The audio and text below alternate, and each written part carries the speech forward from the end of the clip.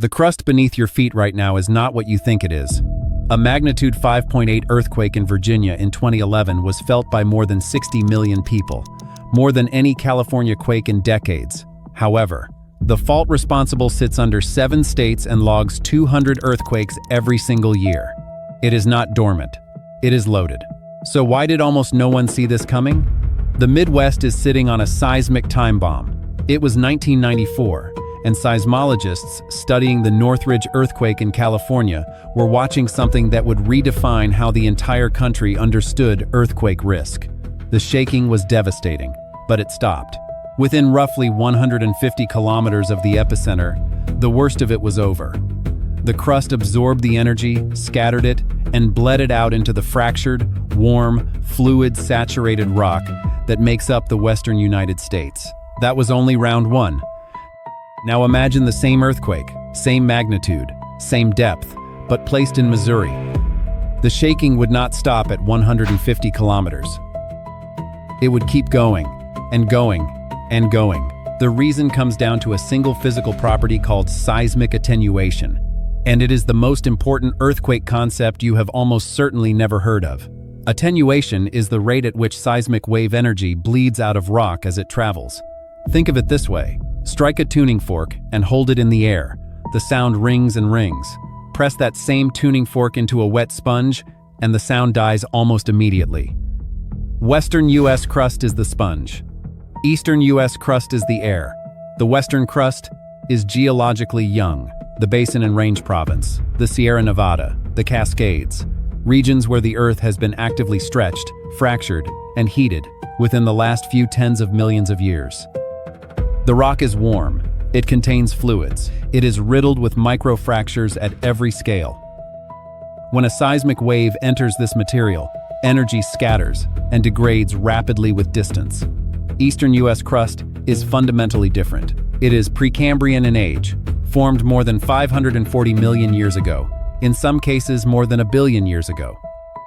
Cold, stable, and undisturbed for so long that it has essentially become a single coherent crystalline mass. Geophysicists call it a craton. Seismic waves entering this material find almost nothing to scatter them. They propagate outward with minimal loss, the way sound travels through steel compared to foam insulation. So yeah, not great. The technical measure of this is the Q factor, or quality factor. High Q means low attenuation. The wave retains its energy over long distances. Eastern U.S. crust has Q values roughly 2 to 10 times higher than Western U.S. crust at equivalent depths. The USGS National Earthquake Hazards Reduction Program has formally documented and peer-reviewed this finding. It is not contested. The practical consequence is staggering. A magnitude 5.0 earthquake in Missouri produces damaging shaking at distances where a California magnitude 5.0 would be completely imperceptible, not just unfelt, but literally undetectable, without instruments. The eastern crust does not just carry the wave farther. It delivers it with enough amplitude to crack foundations, topple chimneys, and knock objects off shelves at distances that would seem impossible to anyone whose earthquake intuition was calibrated on California data. The public would look back on this moment and wish they'd made a different call about where to build and how. Up to this point, the public understanding of earthquake risk in the United States had been dominated by California. That was about to flip. To understand why the New Madrid seismic zone is dangerous in a way that defies intuition, you need to understand where its energy comes from, and why that energy does not simply leak away over time the way it does at plate boundaries. Elastic strain energy is the stress stored in rock as tectonic forces push, pull, and compress the crust. At plate boundaries, this is obvious and visible. The San Andreas Fault in California marks the boundary between the Pacific Plate and the North American Plate. The plates grind against each other constantly. Stress builds. Earthquakes release it. The cycle is relatively rapid because the plates are always moving, always loading the fault, and because the warm, fractured western crust allows small amounts of creep, gradual, aseismic slip that bleeds off stress continuously without producing large earthquakes. The New Madrid seismic zone operates on an entirely different logic. It sits in the interior of the North American Plate, hundreds of kilometers from the nearest plate boundary. There is no adjacent plate grinding against it, and yet it is one of the most seismically hazardous zones in the entire country. The question of why took decades of research to answer. The stress-loading New Madrid comes from distant tectonic forces transmitted across thousands of kilometers of rigid crust. The North American plate is being compressed from multiple directions, by the spreading mid-Atlantic ridge pushing from the east, by the Farallon plate subduction remnants loading from the west, and by glacial isostatic adjustment. The ongoing rebound of the crust after the weight of Pleistocene ice sheets was removed roughly 10,000 to 12,000 years ago. These forces are slow, they are diffuse, but the eastern crust is so cold and brittle that it does not creep under this loading. It stores the stress elastically, the way a compressed spring stores energy, building and building, without releasing, for centuries at a time. This is the key distinction between intraplate seismicity and plate boundary seismicity. At the San Andreas, the fault creeps in many sections, releasing stress gradually. At New Madrid, the fault is locked. Cold, brittle, crystalline rock does not yield gradually. It holds, and holds, and holds, until it does not. The situation is compounded by the geology directly beneath the New Madrid zone. Sitting under the fault system is a feature called the Mississippi Embayment, a deep trough of ancient, soft sedimentary rock and alluvial soil that was formed when a rift system began tearing the continent apart roughly 500 to 600 million years ago, and then stopped before completing. The rift failed, but it left behind a basin of weak, unconsolidated material, reaching depths of up to 1 kilometer in places. When rupture occurs on the New Madrid faults, seismic waves traveling upward into this basin do not simply pass through. They slow down. They amplify. They bounce between the basin walls. The sediment layer multiplies the shaking that reaches the surface by a factor of 3 to 10 above what bedrock values alone would produce. USGS models. Drawing on paleoseismic evidence, the physical record of past earthquakes, preserved in displaced soil layers and sand eruption features, estimate recurrence intervals of 200 to 500 years for major New Madrid events. The last major sequence was in 1811 and 1812. By some calculations, the next one is not just possible, it is overdue. Seismologist Seth Stein of Northwestern University has published research questioning whether the fault is currently reloading at the rate some models suggest, arguing that GPS measurements show slower strain accumulation than expected. But USGS and the broader seismological community maintain that the paleoseismic record, the physical evidence of repeated large earthquakes going back thousands of years, is the more reliable indicator of long-term hazard. The fault has ruptured catastrophically before. The crust has not changed. The stress is still loading. The spring is still compressed. Here is the detail that is not making headlines. The question is not whether New Madrid can produce a major earthquake. It demonstrably can. The question is whether the 12 million people living above it and the infrastructure built to serve them are prepared for what the physics of this crust guarantees will eventually happen. December 16, 1811, 2:15 in the morning. The town of New Madrid, Missouri, population a few hundred, is asleep on the western bank of the Mississippi River. The night is cold, the river is dark and quiet. Then the ground moves. Not a tremor, not a shudder. A catastrophic, sustained rupture that geologists would later estimate at magnitude 7.5 to 7.9. A number that places it among the most powerful earthquakes in North American recorded history. The shaking lasted minutes. Buildings collapsed. The riverbank caved into the water. The ground cracked open in long, parallel fissures. Forests snapped at the trunk. Sand and water erupted from the earth in columns that witnesses described as geysers. And then the Mississippi River ran backward. This is not metaphor, this is documented physical fact. The rupture caused massive subsidence. The ground dropped along sections of the riverbank, creating a temporary hydraulic gradient that reversed the local flow of the river. Boats anchored in the Mississippi were thrown upstream. Islands disappeared. New ones rose from the riverbed. Reelfoot Lake in northwestern Tennessee was created directly by this event. Land subsidence opened a basin that filled with water, and it still exists today. A permanent scar on the landscape left by a single night in 1811. But here's the detail that everyone missed at the time. The shaking was not confined to the river valley. Church bells rang in Boston, Massachusetts, more than 1,500 kilometers from the epicenter. Not because someone pulled the ropes, because the eastern crust carried the seismic waves across the entire eastern half of the continent, with so little attenuation that the energy arriving in Boston, 1,500 kilometers away, was still sufficient to set heavy iron bells swinging in their mounts. That is what low attenuation means in practice. That is what this crust does. The December 16 event was not even the largest shock in the sequence. On January 23, 1812, a second major earthquake struck, estimated at magnitude 7.0 to 7.5. More subsidence, more fissures, more sand blows erupting across the floodplain. Survivors who had begun rebuilding after the first shock found themselves starting over again. Then came February 7, 1812, the largest event of the sequence. Estimated magnitude 7.7 to 8.0 by modern analysis. The upper end of that range would make it the most powerful earthquake ever recorded in the contiguous United States east of the Rocky Mountains. The shaking was so violent that it was described by witnesses as making the ground appear to roll in waves, like the surface of the ocean. The Mississippi River was thrown into chaos. Waterfalls appeared temporarily where none had existed. The town of New Madrid was largely destroyed. The death toll was low by modern standards, only because the region was sparsely populated in 1811. The central Mississippi Valley in the early 19th century was frontier territory, a few thousand settlers, scattered Native American communities, river traders. If the same sequence occurred today, the calculus is brutally different.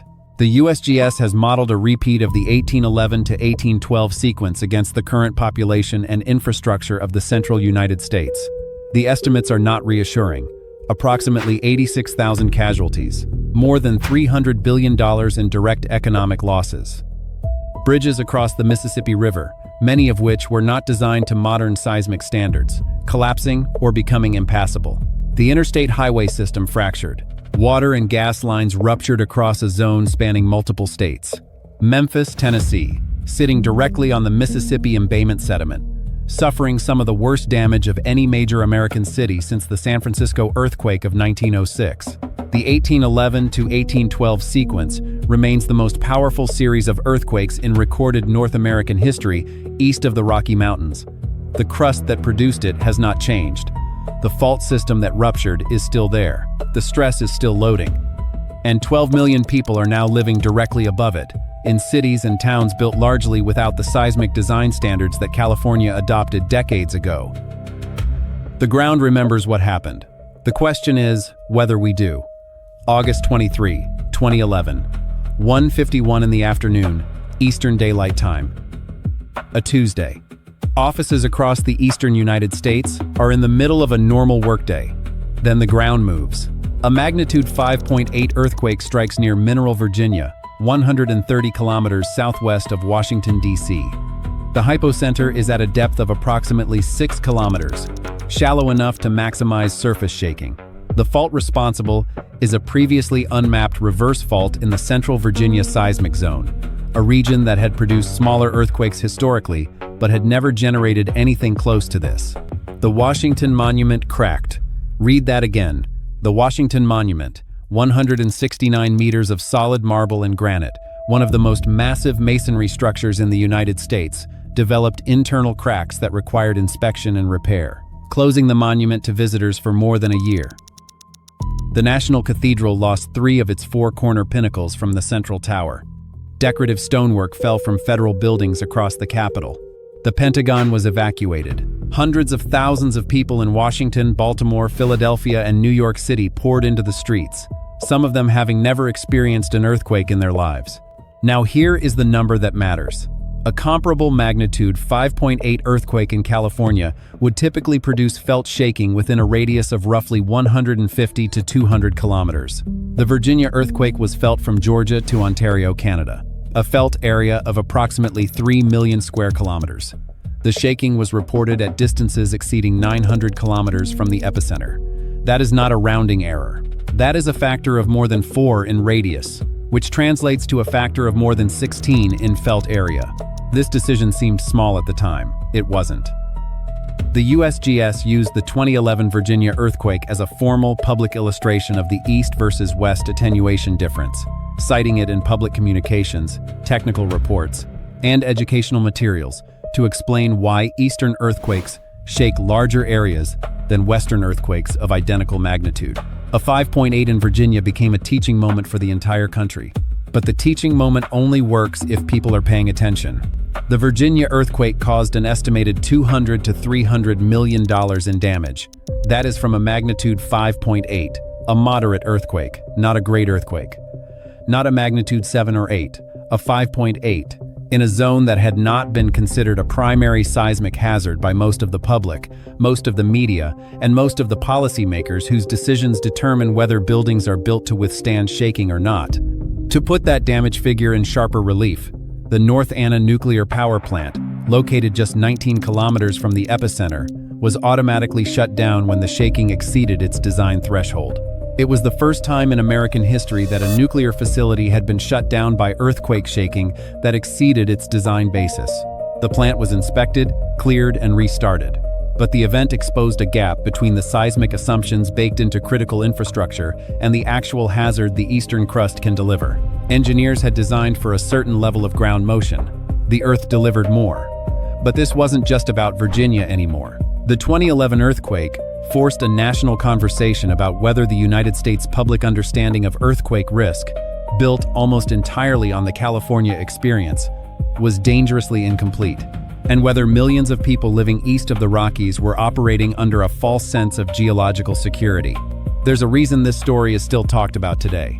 The numbers behind the New Madrid seismic zone do not get smaller the more carefully you look at them. They get larger. Start with the baseline activity.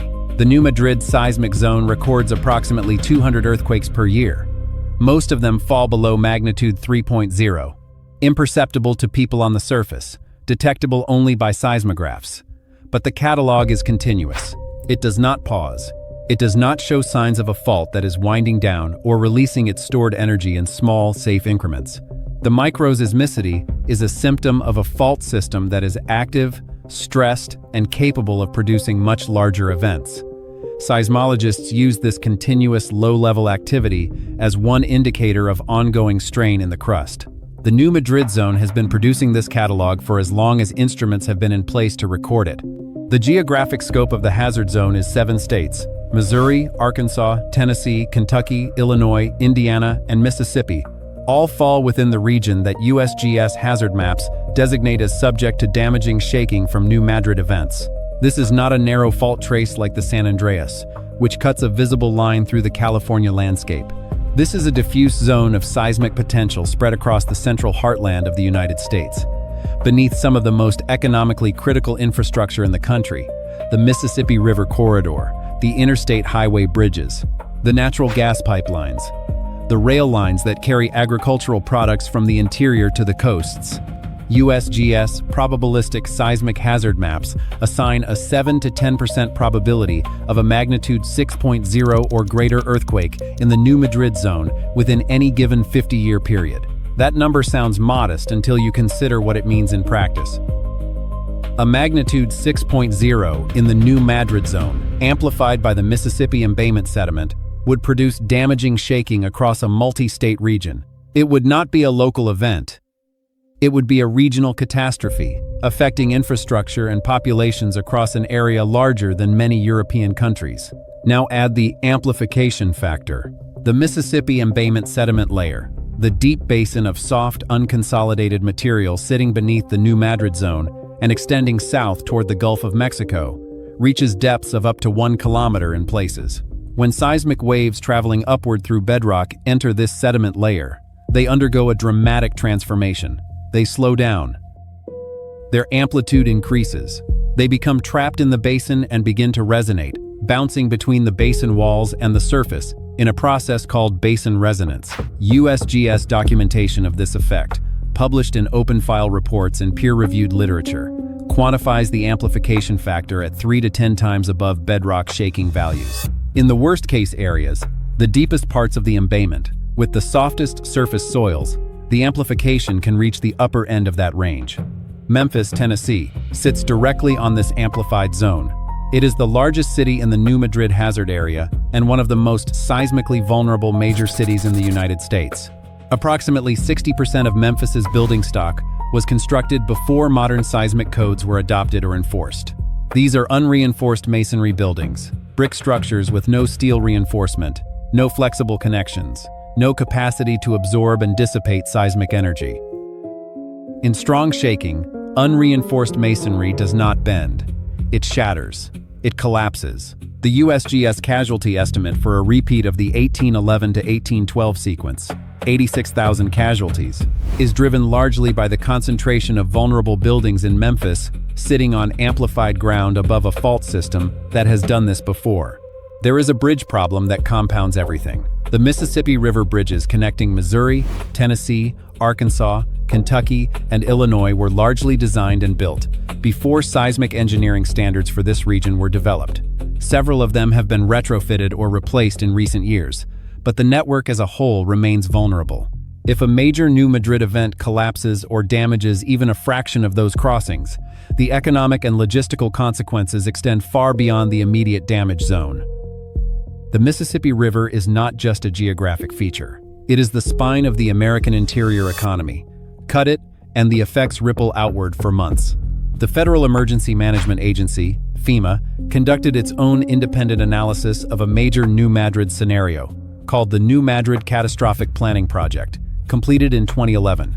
The findings aligned closely with USGS modeling and added operational detail. FEMA estimated that a major New Madrid sequence would require the largest mobilization of federal disaster response resources in American history, exceeding the response to Hurricane Katrina in 2005. The agency identified the central Mississippi Valley as having the lowest ratio of seismic preparedness to seismic hazard of any major populated region in the United States. In plain language, the people most at risk are the least prepared. The preparedness gap extends to hospitals. A 2009 study published in the journal Earthquake Spectra assessed the seismic vulnerability of hospitals in the Memphis metropolitan area and found that a significant fraction of them would likely experience structural damage or loss. Function in a major New Madrid event. Hospitals are the last line of defense in a mass casualty event. If the buildings that are supposed to treat the injured are themselves damaged or inoperable, the casualty count does not stay at 86,000. It climbs. The scale of the threat is not hypothetical. It is documented, modeled, and peer-reviewed. The only variable is timing. The scientific consensus on New Madrid is not ambiguous, and it is not the product of a single research group or a single government agency. It is a convergent finding from multiple independent lines of evidence, multiple institutions, and multiple decades of work. The USGS National Earthquake Hazards Reduction Program, the federal program responsible for monitoring seismic hazard across the entire United States, has formally documented and published the finding that eastern U.S. earthquakes shake a 10 times larger area than western U.S. earthquakes of equal magnitude. This is not an estimate or a model output. It is an empirically derived relationship based on instrumental recordings of actual earthquakes in both regions, calibrated against felt reports and damage surveys going back more than a century. The finding has been peer-reviewed, replicated, and incorporated into national hazard maps. It is the scientific foundation for everything else discussed here. Charles Richter, the Caltech seismologist who developed the magnitude scale that still bears his name, was himself aware that damaging earthquake hazard was not a California franchise. His foundational work in seismology, conducted at Caltech and published through the mid-20th century, included mapping of seismic hazard across the United States that explicitly identified the central and eastern regions as areas of significant risk. Richter understood that the magnitude scale he developed was a measure of energy at the source, and that what happened to that energy after it left the source depended entirely on the crust it traveled through. He warned that the public conflation of earthquake risk with California was a dangerous oversimplification. That warning was issued decades ago. It has not fully penetrated public consciousness. USGS National Probabilistic Seismic Hazard Maps place the New Madrid zone in the same high-hazard color tier as segments of the San Andreas Fault in California. This is a direct visual, side-by-side comparison, produced by the federal agency responsible for seismic hazard assessment. The maps are publicly available. They show, in unambiguous color gradients, that the shaking hazard in the central Mississippi Valley is comparable to the shaking hazard along one of the most famous and feared fault systems in the world. The maps have been updated multiple times, incorporating new data and improved modeling, and the New Madrid zone has remained in the high hazard tier through every revision. The Mississippi embayment amplification effect is documented in USGS open file reports as a compounding factor that multiplies surface shaking beyond what fault magnitude alone would predict. These reports detail the geometry of the embayment, the physical properties of the sediment layers, the resonance frequencies at which the basin amplifies incoming waves, and the geographic distribution of the amplification across the region. The documentation is technical, precise, and publicly accessible. It represents decades of field investigation, borehole sampling, seismic profiling, and computational modeling. The amplification is not a worst-case scenario. It is the expected behavior of this specific geological structure under seismic loading.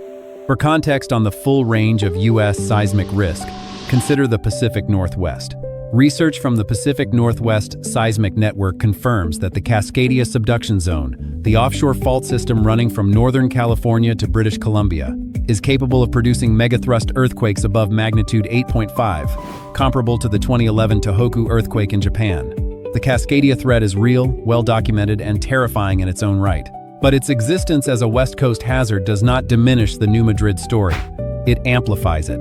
The United States faces catastrophic seismic risk, not in one place, but in multiple places, through multiple mechanisms, affecting populations that are largely unaware of the specific physics that makes their region vulnerable. The scientists are not hedging. The data is not uncertain. The hazard is documented, modeled, and mapped. What is missing is not information. What is missing is attention. The real question is what happened behind closed doors when geologists first mapped the full extent of the Mississippi embayment and understood what it would do to a city built on top of it. The Mississippi embayment is a spoon-shaped basin of soft sedimentary rock and alluvial soil that stretches from the southern tip of Illinois all the way to the Gulf of Mexico. It formed roughly 500 to 600 million years ago when a rift system, a zone where the North American continent began to pull apart, failed before it could complete the process of opening a new ocean basin. The rift stopped, but the trough it left behind, filled over hundreds of millions of years with layer upon layer of soft sediment, remained. Today, it sits directly beneath the New Madrid seismic zone, waiting. When seismic waves generated by a New Madrid rupture travel upward through the bedrock beneath the embayment, something happens at the boundary between hard rock and soft sediment. The waves slow down dramatically.